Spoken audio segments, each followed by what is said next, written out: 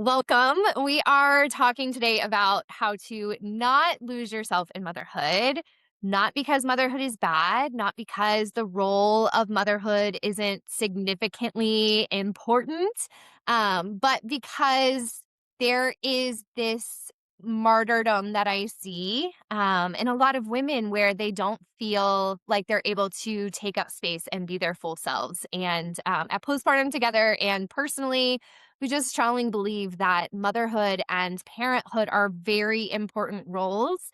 And being able to bring your full self to the table is not a luxury, but it is a necessity. So, welcome. If we have not had the chance to meet yet, my name is Chelsea Skaggs. I run Postpartum Together with my husband, Mike, and I have two objectives in Postpartum Together. One is to help and support women as they find their voice through motherhood and use that to be the leaders and the moms and the partners and the friends that they truly want to be, and also to help couples prepare and repair, as relationships can take a big toll when a baby is thrown into the mix. So today we're going to have an honest talk about why living your fullest is not a luxury, but it is a necessity. I have been having these conversations and working with people now for 6 years in this role, and it is always something that comes up is I feel like motherhood has taken my whole identity, or there's not time for me or for my hobbies. And we can celebrate. We can see that celebrated when people give absolutely everything they have. And also behind the scenes, I get to hear the people who feel like maybe it's too much or there's grief around what is lost. So it's really important that we make space for these kinds of conversations. Throughout this workshop, we are always here for messy buns, messy backgrounds.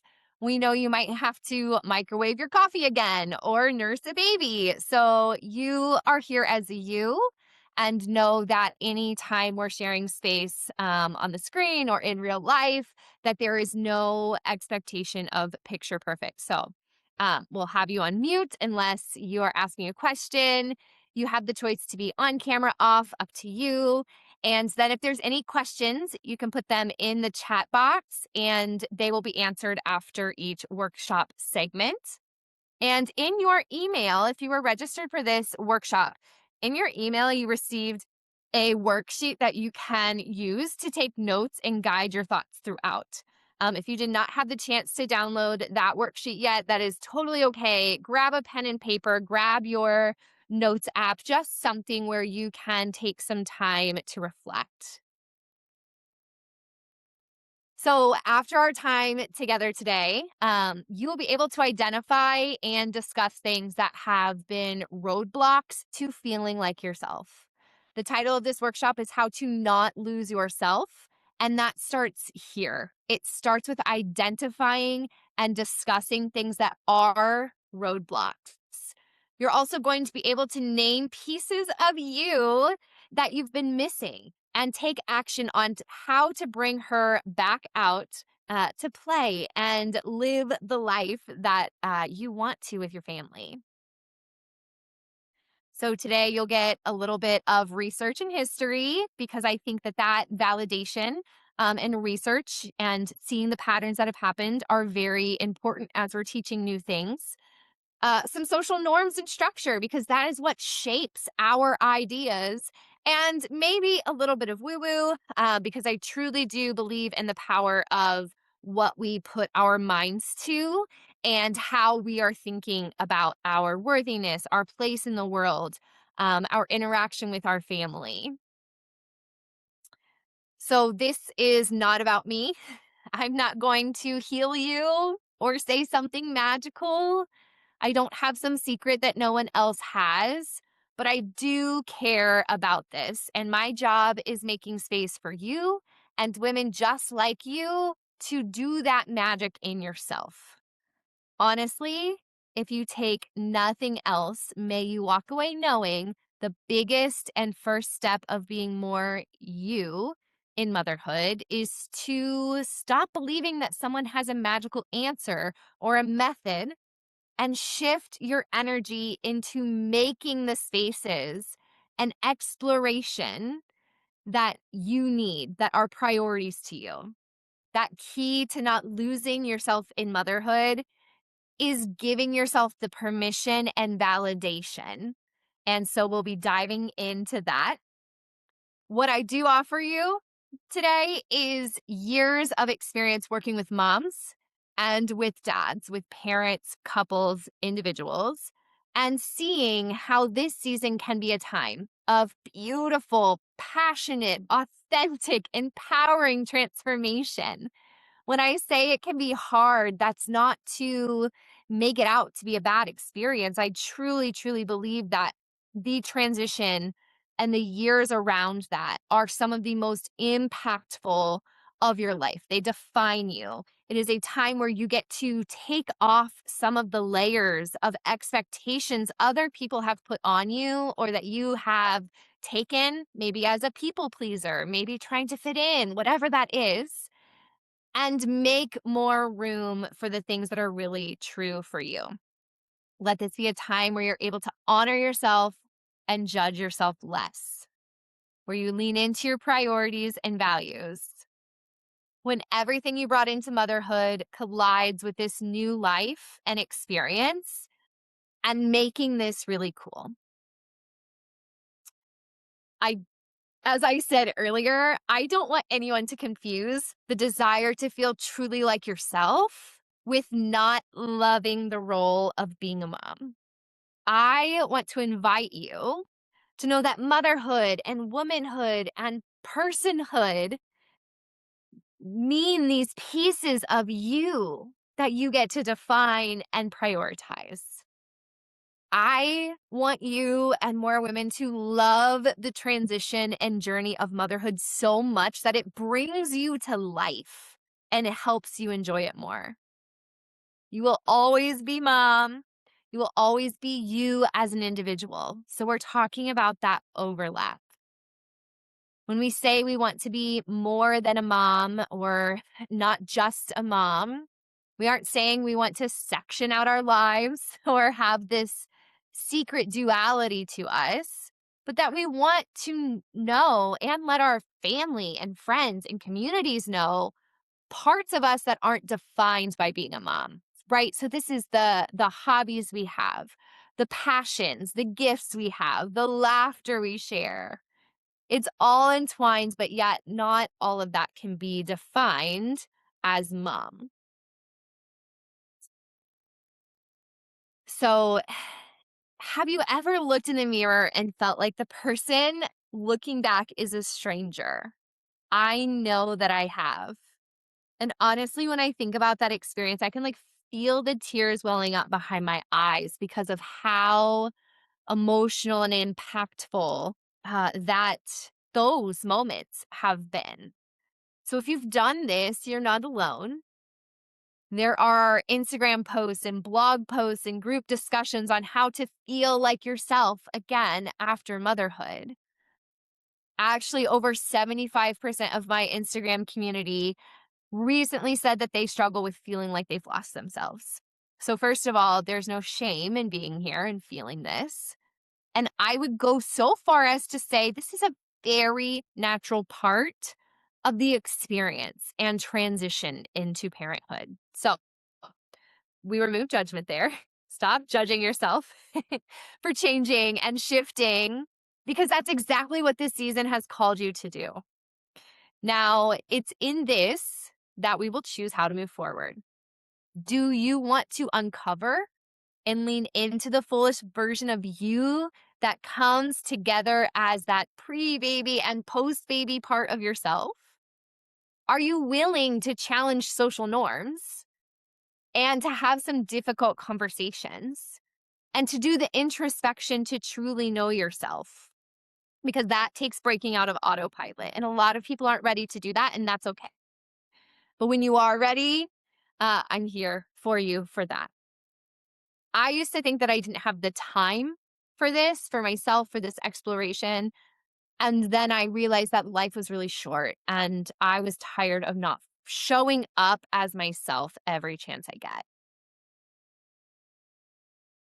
So I'm wondering if any of these resonate with you. Um, and just take a look over that. Maybe you jot it down on your paper. But first, we want to know, where is the root of this struggle? It might be multiple things, but what speaks to you the most? You feel unworthy of the time and energy and finances it takes to do things you enjoy? Because I hear that a lot, especially right now as finances and time and childcare and all of these things feel like very pressing topics. They truly are very pressing topics. Maybe you feel overwhelmed with motherhood and the idea of stepping into anything else feels too big, right? Like motherhood is already exhausting enough. Am I really here asking you to do something else? Maybe you feel disconnected from your inner thoughts and yourself, from your partner, from your community. Your role, the way people see and experience you has changed a lot. Maybe you feel guilty for having interests and desires and goals outside of the motherhood realm. I especially hear this for people who worked hard or worked harder than usual to conceive. Maybe you had some years of infertility, or maybe there was IVF or IUI or other factors at play. I especially say to you that it's okay to have wanted this so much and to love it so much and to still need part of your existence outside of what you're giving and being as a mom.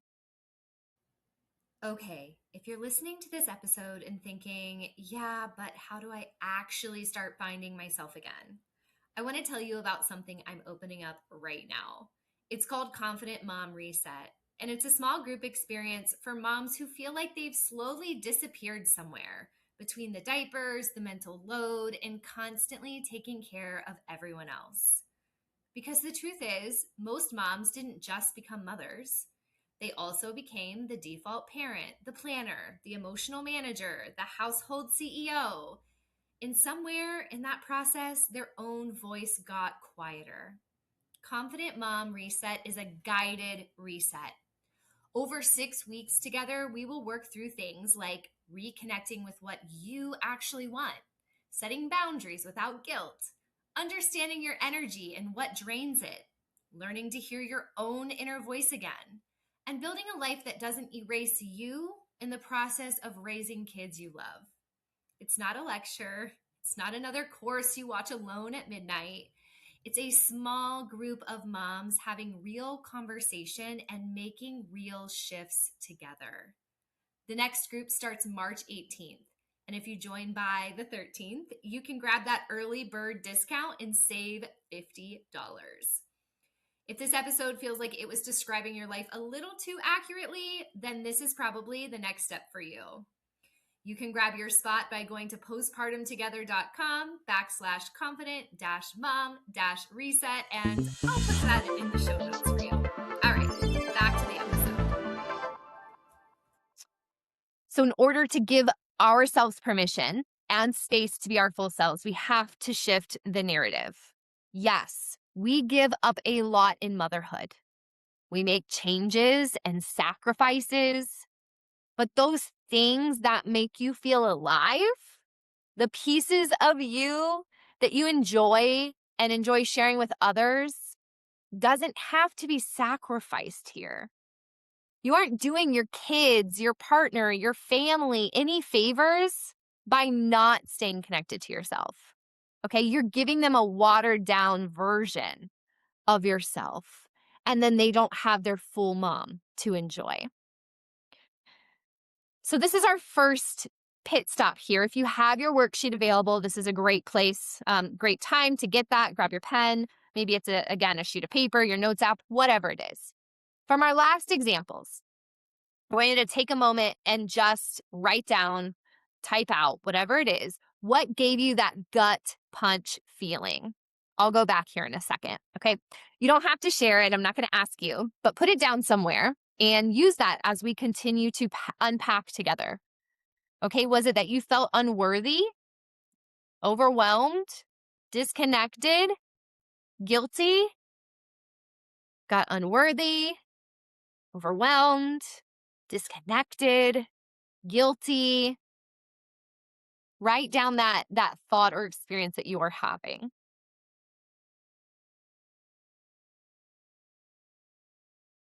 Okay, so that's going to be for your reference. If you feel like talking about it after the workshop, we most certainly can. Um, I always, again, we've got to get some research in here and statistics and things that have really been taking the atmosphere of motherhood into play.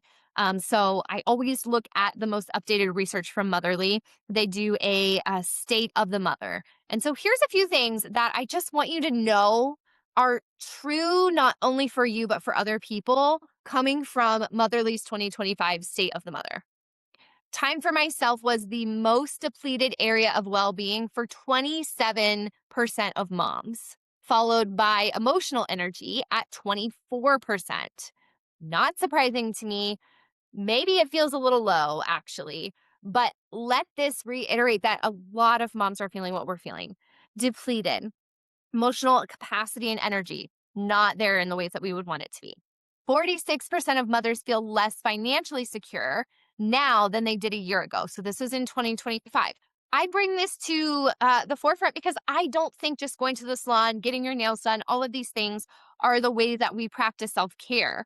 If those are for you and those are in your budget, that is wonderful.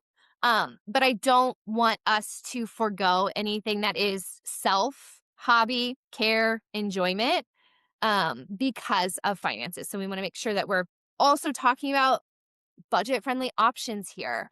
Childcare is a huge impact on this. I'm seeing more and more moms not return to work, not necessarily because they don't want to, which is a true and valid reason for many people. But what I'm seeing are the ones that don't necessarily have the option to keep working. And so they're resentful, they're grieving, they're carrying this piece of them that they had an aliveness at work or in other spaces that isn't available to them anymore. A big thing I see in my work is helping specifically moms who are at home figure out what buckets they used to get filled by work and how that's impacting them in their new role. 7 in 10 mothers report that motherhood is lonelier than they imagined. 70% are lonelier than they imagined. And 1 in 5 feels that loneliness every single day.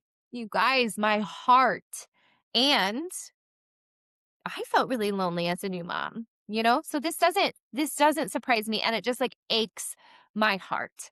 49% of all mothers describe themselves as managing but stressed, and that actually goes up for millennials. And this one is just something I popped in there because it applies to so many people.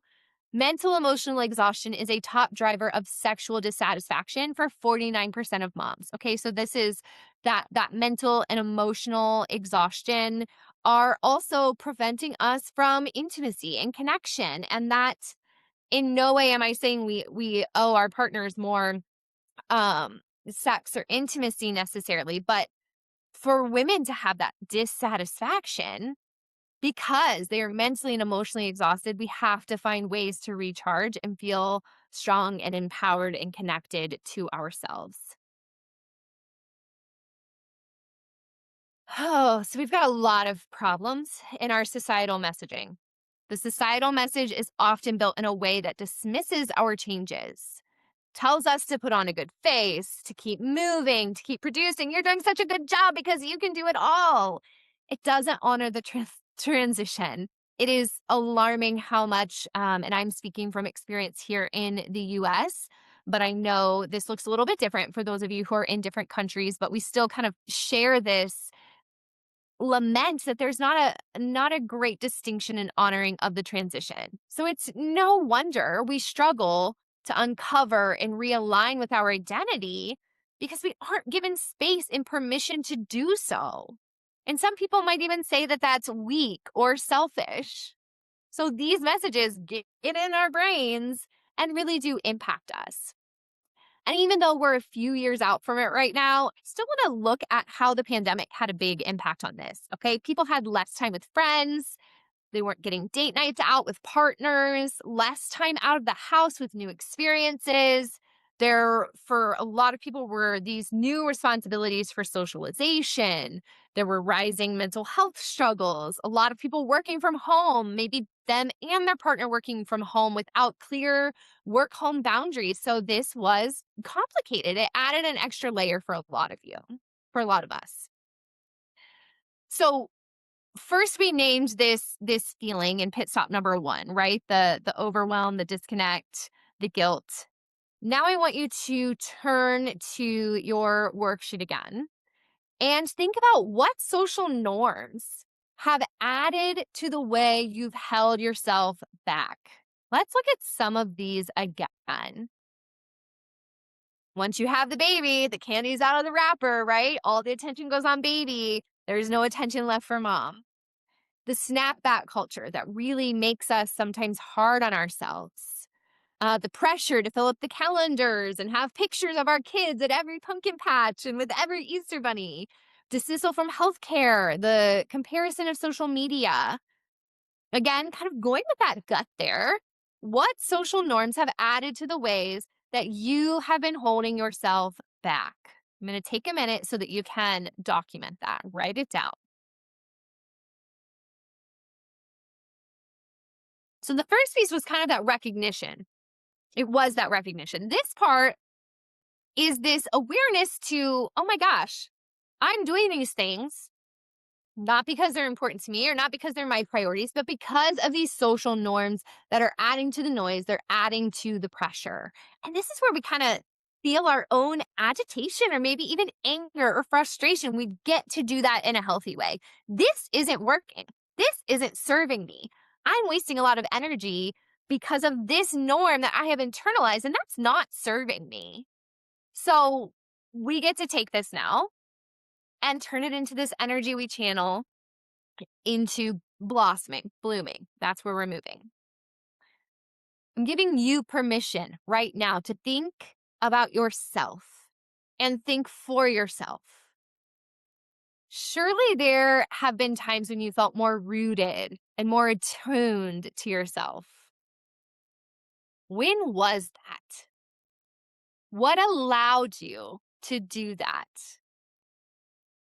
And of course, you're not going to go become her again. She's shifted. She's changed.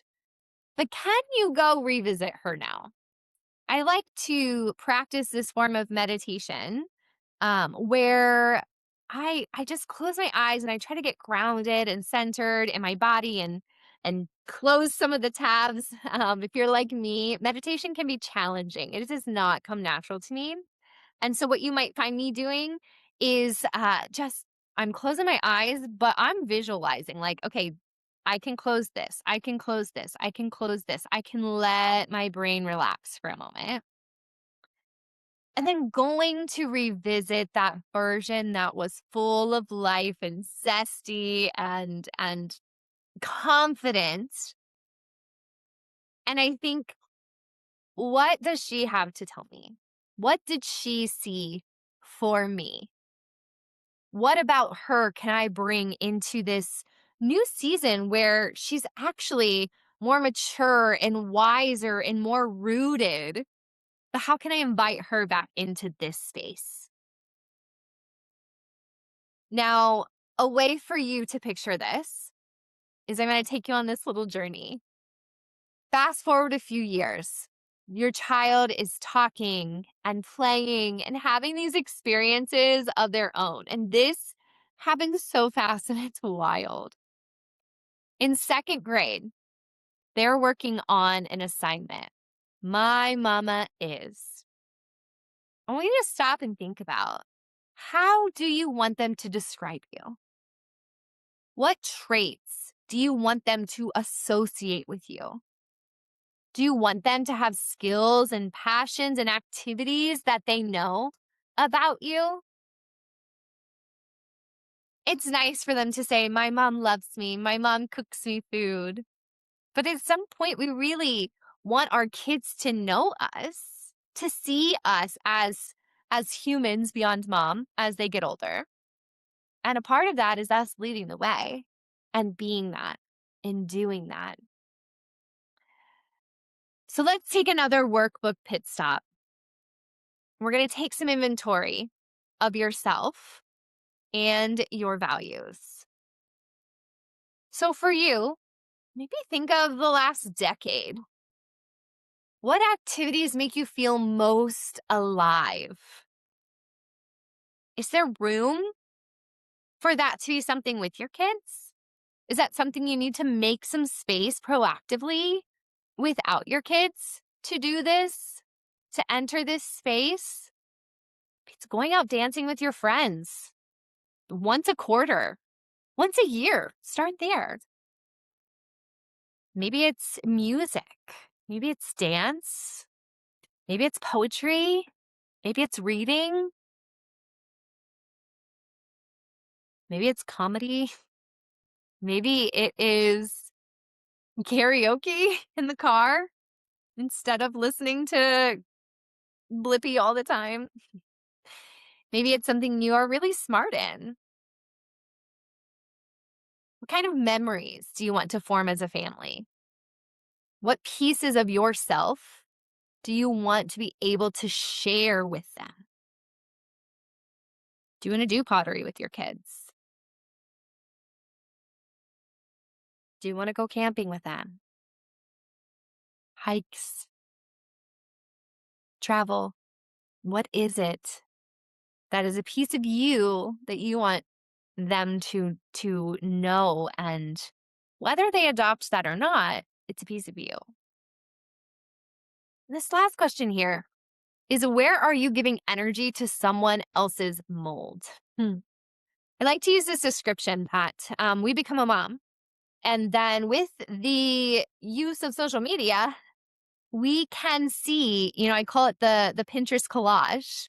You see this blogger who's all things nutrition and she has the cutest meals for her food. And then this mom is into fitness and she just has a rockin' body right now. This one is super crafty and she's always doing the cutest things with her kids. And this one is so badass in the office. And so she is, on the public transit while pumping milk, while signing contracts. And this one maybe is really good at finding travel deals. And this one is really good at volunteering at the kids' schools.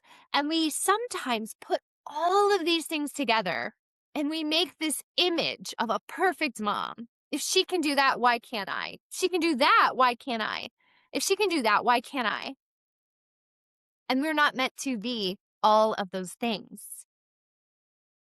We're also not meant to be all the things that our best friend or our mother, our sister are. So how can you let go of things? We're freeing up space because I cannot teach you how to just add more time to the day so that you can invest in you. I'm telling you, you've got to let go of some things so that you are making space for this. The things that aren't in line with your values and your truth. What are you afraid of disappointing? Who are you afraid of disappointing? Who are you afraid of looking dumb in front of? For me, it used to be my mom and my best friend from high school. I don't know why, but they were this filter in my brain, and I felt like I had to try so hard to show them what a good, perfect mom I was. And when I let that go, somehow I found space. I found space for me because I wasn't holding it for this mold that came from somewhere else. When we are worried about what everyone else thinks, we lose our authentic inspiration. And that is where your fire is. So you want to not lose yourself? Block out some of those things. Figure out what you want and what matters to you so that you can let go of other things and create some space for those. Apologies, the slide got changed and it doesn't look great. So bear with me there. But you cannot do it all. So what you do counts. You cannot be it all. So what you decide to be counts. Not losing yourself in motherhood requires the following. identifying and blocking out the BS messages and pressures that don't serve you and your family, reconnecting with the truest and purest parts of yourself. I call mine little Chels. I'll be like, little Chels, what do you think about this? Or what did you always want to learn, little Chels? Or what did you get really good at and then you gave it up, little Chels? And shifting your mindset to believe that you are worthy and your family benefits from your fullest. If you are not in a place where your mindset is oriented that you are worthy of your fullness, of your character, of your preferences, this doesn't mean without sacrifice. This doesn't mean that you're not showing up for people. But worthiness is one of the number one things I work with women on because so many feel like they are not worthy until they deplete themselves to the core for everyone else. We ain't doing that. I wanted to share about a few moms that I have worked with. And these are all moms with different stories and missions who have done the inner work of understanding their changes after baby. They've reconnected with deep parts of themselves and taken the steps to live more fully. Molly worked through how motherhood impacted her corporate role and found more confidence to advocate for herself for a better role and more respect in the workplace. I remember when she was feeling like she didn't have as much of a voice anymore because she was a mom, because she was tired, because she was limited in some ways that she wasn't before. We had to reawaken that advocacy fire that she has in her, and she has used that so well. Amy found her voice as a new stay at home mom, wasn't expecting that to be her trajectory, and connected her passion to speak about equity in her school district. So she was connecting her skills, her passion, her community, and her desire to be plugged in a season when that wasn't quite as natural than it was in a working season. Emily moved to a new city as a stay at home mom with more confidence in making new friends and connecting to a CrossFit community after this work that we did together. And Lauren was working with her husband to identify their family values, what she was missing socially and personally from before kids. And then she was able to take really intentional steps to build community and have that kind of time with family that was purposeful for her. So if you're here, I hope that these intro notes were helpful to you. But also, if you want to dive deeper into discovering yourself, to have honest information and conversation about motherhood, to find ways to improve your communication with your partner and others by having that confidence and values instilled in you. If you want to be part of a supportive, authentic mom community and have more confidence in your journey as a mother, partner, and woman, then the Confident Mom Reset group is for you. Okay. This is a space where we meet together for 6 weeks for 60-minute calls. There are 4 moms per small group, and it is $125 for both of those 2 months. This group is where we take this work you just did and we go in a little deeper. We push in. We say the words out loud to one another. We ask the questions. We dig up these things that have maybe been buried in motherhood, and we give it a space to breathe and grow so that you can step out into that more confident space, not by yourself. That would be really silly to try to do that all by yourself. We do have a group that is starting on March 18th. That is a Wednesday. This is going to be an evening group, so it will be at 8 p.m. Eastern. I also do offer noon Eastern groups, but the next one won't start until early April. So right now, if this is something that you are looking to grow in, this group is for you. If you're watching this recording and it's way past March 18th, no problem. If you go to postpartumtogether.com, you can go under our current offerings and find Confident Mom Reset, or you can do postpartumtogether.com/Confident Mom Reset, and you will find this as well. If no one's told you this today, you are doing a great job, especially if you showed up, especially if you're here because you're saying, I love my family and myself so much that I want this fullest version of me. And that I think is pretty darn beautiful. You do deserve, I just want to say this to you and then we'll wrap up. You deserve permission for motherhood to be messy and beautiful at the same time and to explore what that means for you and your family. You deserve information about the internal and external structures that impact your story. You deserve connection with other women who get it and don't hold judgment. And you deserve space created to make it really easy for you to show up and prioritize your growth. So if you are looking to build your confidence, deepen your connections, enrich your communication, this is for you, and we'd love to have you in our next group. If not, if that's not for you, that's totally cool. I'm not offended at all. I just hope that you end this workshop and you feel like, okay, I really got some new things to work with, right? Like I got permission, or I got new information about what's going on inside my brain, or I got a new idea and motivation to try that.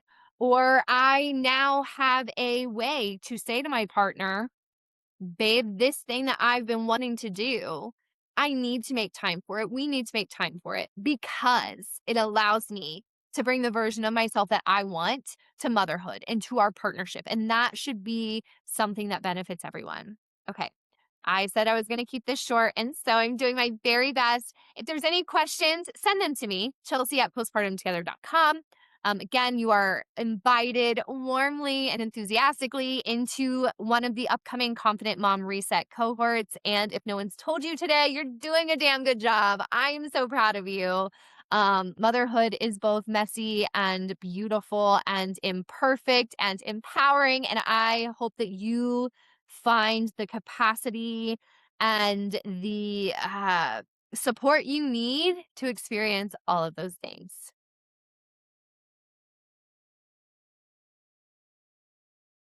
Accurately, then this is probably the next step for you. You can grab your spot by going to postpartumtogether.com/confident-mom-reset, and I'll put that in the show notes for you.